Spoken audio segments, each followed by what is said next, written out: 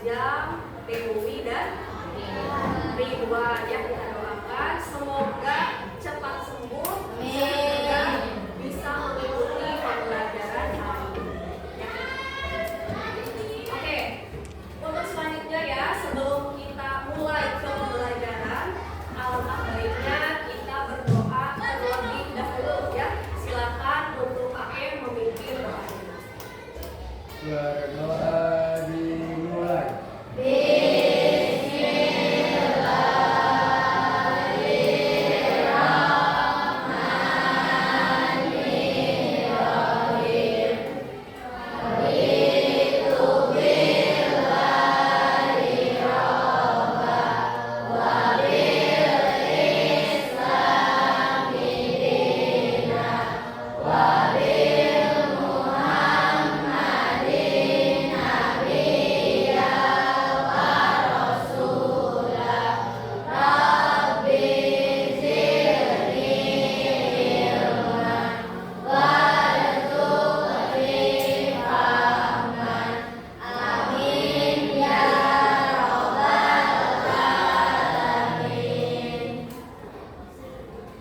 Nah, untuk selanjutnya ya, sebelum pembelajaran, Ibu ingin menyampaikan terlebih dahulu mengenai tujuan pembelajaran hari ini. Nah, bisa dilihat di depan, untuk tujuan pembelajarannya adalah peserta didik mampu menganalisis sajian data dari studi kasus dan mengorganisir data dari permasalahan yang diangkat.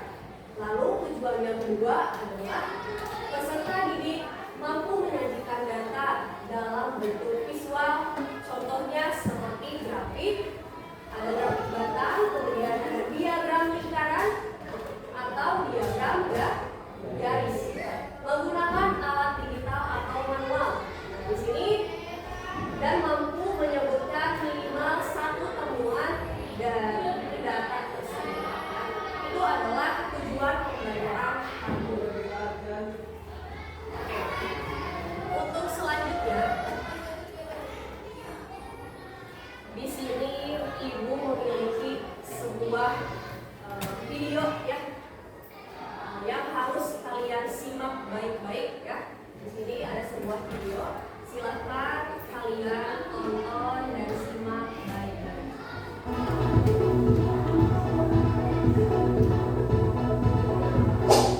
Warga di lingkungan Parungsari RT 1 RW 1 Kelurahan Karangpanimba, Kota Banjar, Jawa Barat kembali mengeluhkan bau tak sedap akibat tumpukan sampah yang berasal dari tempat kawasan minimasi sampah mandiri atau TPS Kamisama. Warga meminta pemerintah Kota Banjar turun tangan menyelesaikan permasalahan sampah di TPS Kamisama yang merupakan perusahaan swasta di bawah naungan PT Top Tekno Indo atau Hejo Tekno. Salah seorang warga Nono mengatakan, sudah lebih dari 1 minggu ini sampah di lokasi TPS Kamisama menumpuk dan menimbulkan bau tak sedap. Ia pun mengaku cukup terganggu karena bau dari tumpukan sampah tersebut saat hujan kadang merembes ke sumur miliknya yang lokasinya berada tepat di depan tempat pengelolaan sampah. Saat air sumur tercemar, ia menggunakan air PDAM. Ia pun berharap tumpukan sampah tersebut bisa ditarik ke dalam TPS dan bisa dilakukan pengangkutan agar tidak berdampak pada lingkungan.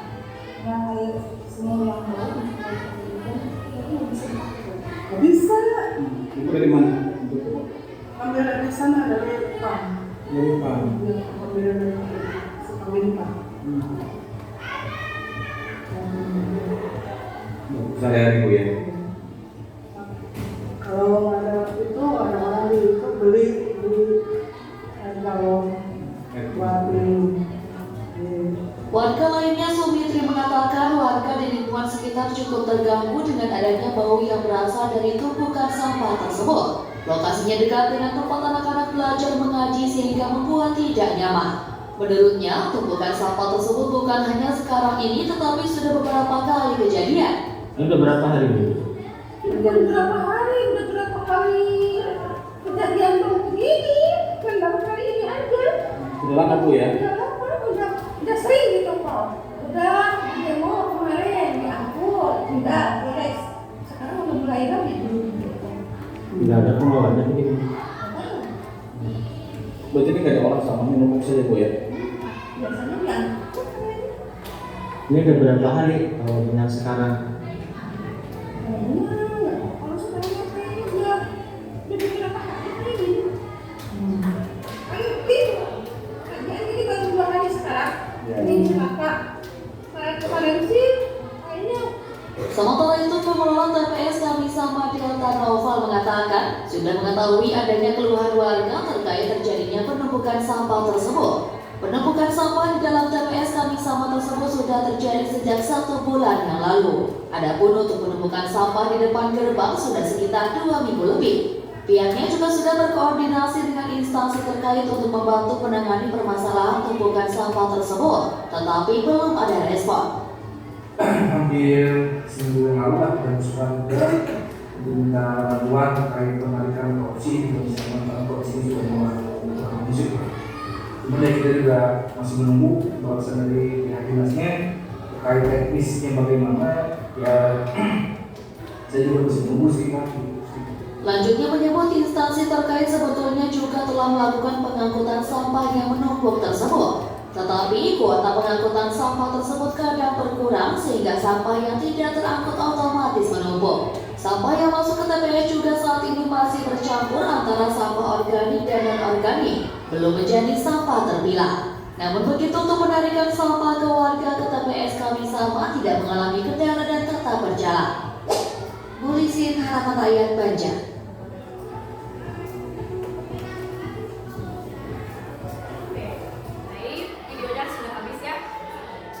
Dari video tersebut, tadi menceritakan tentang apa sih? Tentang sampah. Sampah, ya sudah pasti tentang sampah. Nah tadi selain tentang sampah juga ada apa lagi? Bau tidak sedap. Ya, bau tidak sedap karena apa? Karena banyaknya sampah. Karena banyaknya sampah yang menumpuk. Nah tadi siapa yang merasa bau? Warga, sehingga warga mengalami keluhan ya, dan protes ya terhadap dinas lingkungan hidup serta pengelola sampah. Oke. Betul sekali. Nah, pernahkah kalian mengalami hal tersebut kayak tadi? Pernah mengalami tidak? Mengeluh, aduh bau sampah, ya. Pernah nggak di lingkungan sekitar ada? Oke, ada yang pernah ya, ada yang pernah dan ada yang tidak mengalami.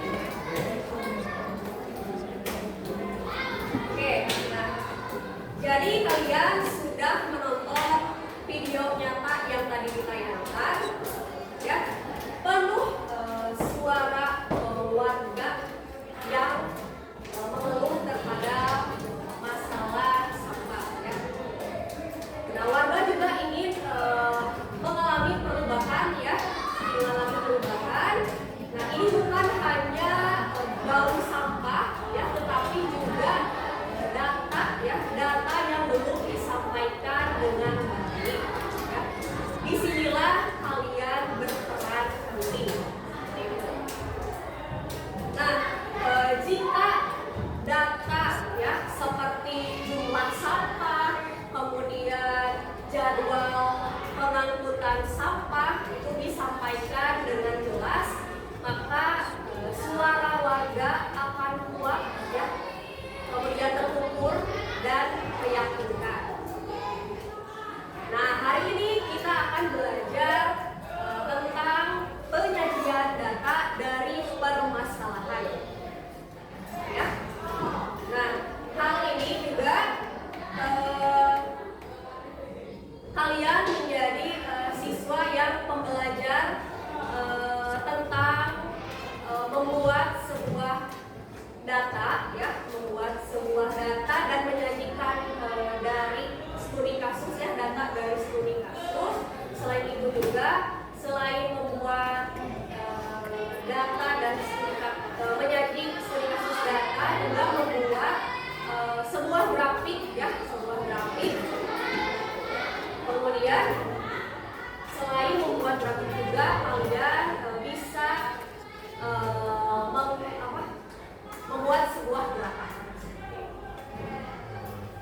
lanjut lagi.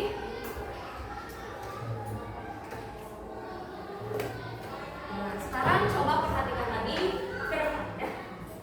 Di sini ada sebuah artikel tentang apa ini?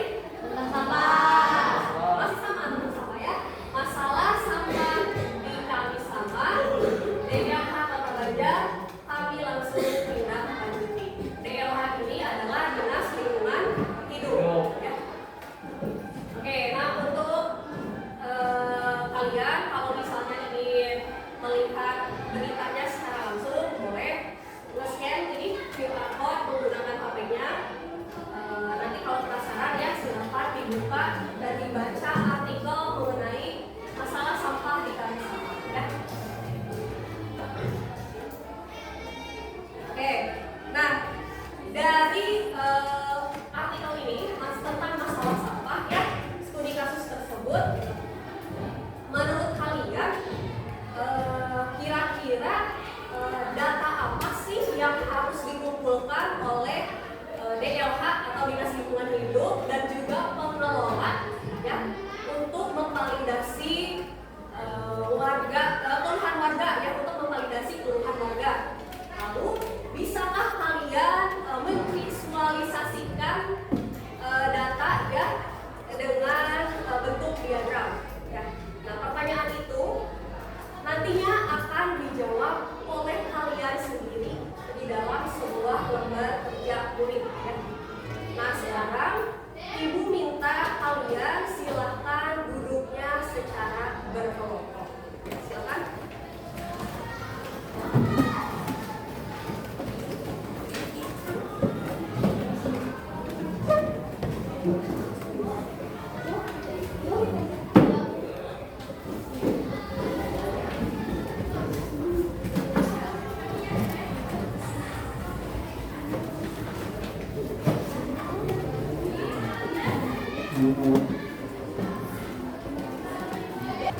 Ya, silakan yang tidak bagian kursinya di bawah.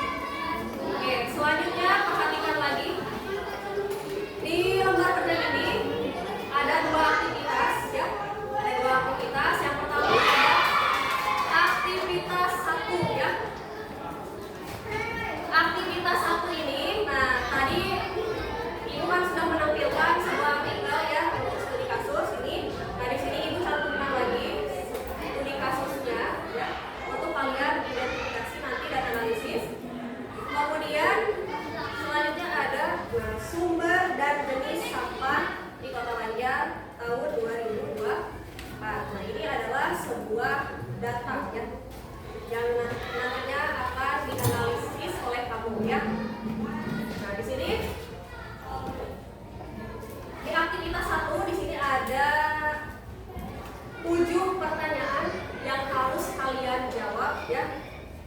Kemudian di aktivitas 2 itu ada 4 pertanyaan yang harus kalian jawab. Nah, sekarang Ibu minta silahkan kalian kerjakan. Ini boleh searching dari internet ya untuk mencari sumber lainnya. Selain itu ya, jangan lupa ya, ini dibaca dulu ya, dipahami dulu ya sebelum ke searching di internet ya, dipahami dulu. Kemudian Ibu minta juga silahkan bagi-bagi ya, karena kan di kelompok ini ada yang 5, ada yang 6 orang ya kelompoknya. Silahkan bagi-bagi dan ini boleh dibuka hackernya ya. Silahkan buka langsung dibagi-bagi. Paham? Paham ya? Oke, silahkan mulai mengerjakan.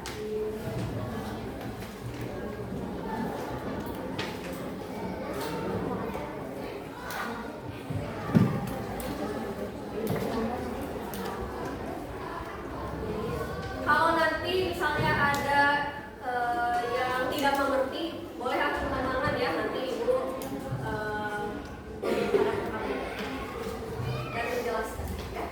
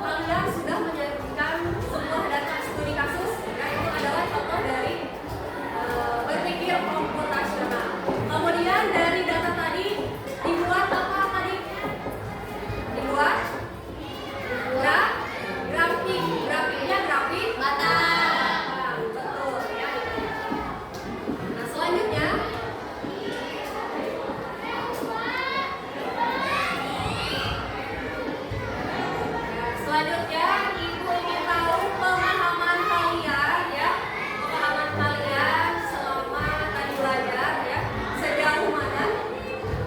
Jadi hari ini kita akan melaksanakan post test ya.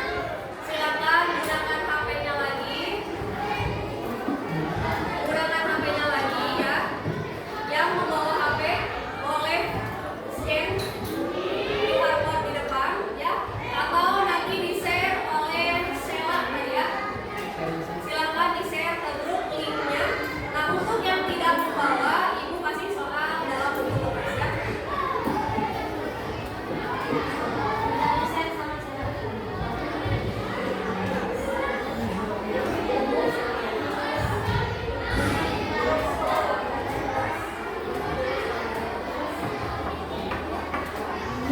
Tulis nama dan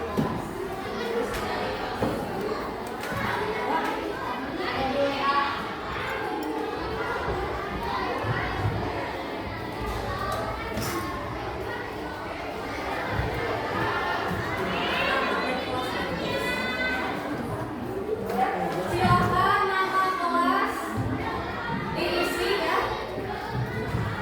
Ya, nama kelas diisi, kemudian kerjakan soal-soalnya ya.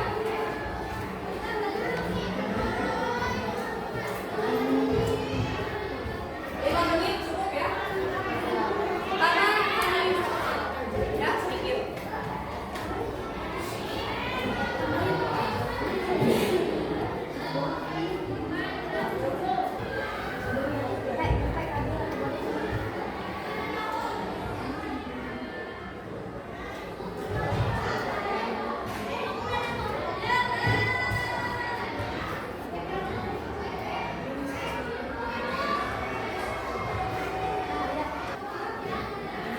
Yang menggunakan kertas boleh langsung dikumpulkan.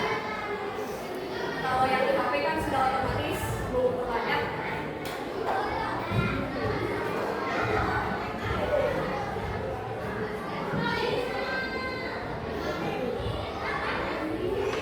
Kalau sudah kerja kirim sudah dikumpulkan.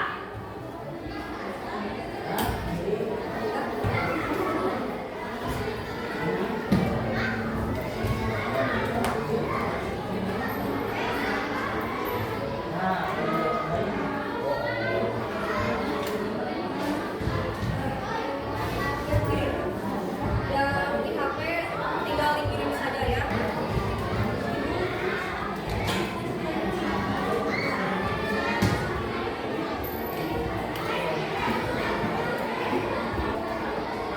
Sudah habis ya?